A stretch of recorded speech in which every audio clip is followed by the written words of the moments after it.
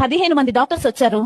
మరి నా operation start చేశారండి. లోపల నాకు మతి చేశారు, ఇక్కడ ఎముకల్లో పడుకోబెట్టారు.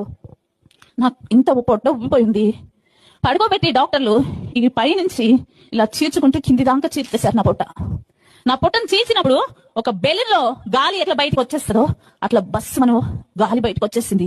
ఆ గాలి ఎట్లుందంటే చండాలమైన వాసన. ఆ వాసనను ఎవరు కూడా భరించలేనంత వాసన అనమాట.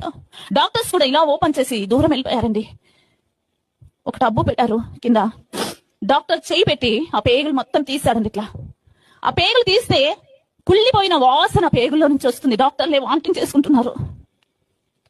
నల్లగా అయిపోయిన పేగులు నేను చూస్తున్నాను పడుకొని. ఆ పేగులు తీసి టబ్బులో వేశారు. గ్లూకోజ్ బాటిల్, ఎన్ఎస్ బాటిల్స్ ఉంటాయి కదా, ఆ బాటిల్స్ 100 బాటిల్స్ తీసుకొచ్చి కట్ చేసి బకెట్లలో పోసి మగ్గులతో నా కడుపులో పోసారండి. కడుపులో పోసి కడుగుతున్నారు. ప్రతి పార్ట్ పనికి రాకుండా పోయిందండి. నాకు తెలిసి నా కడుపులో కంపల్సరీ క్రిములు ఏర్పడి ఉంటాయి. అంత దుర్వాసన బట్టి అంత బ్యాడ్ గా ప్రతి భాగం అయిపోయింది. ఎంతసేపు కడిగారో తెలుసా అండి? 100 బాటిల్స్ కట్ చేసి బకెట్ల నీళ్లు పోసి కడిగారండి. కడిగి ఆ పేగుల్ని కడిగి పనికిరాని పేగులన్నీ కట్ చేసేసి మళ్ళీ పేగులు జాయింట్ చేసి ప్రతి పాట్ ని క్లియర్ చేసి లోపల పెట్టి కుట్లేసి ఈ కడుపులో కుడి వైపున ఎడం వైపున రంధ్రాలు పెట్టేసి పెద్ద పెద్దవి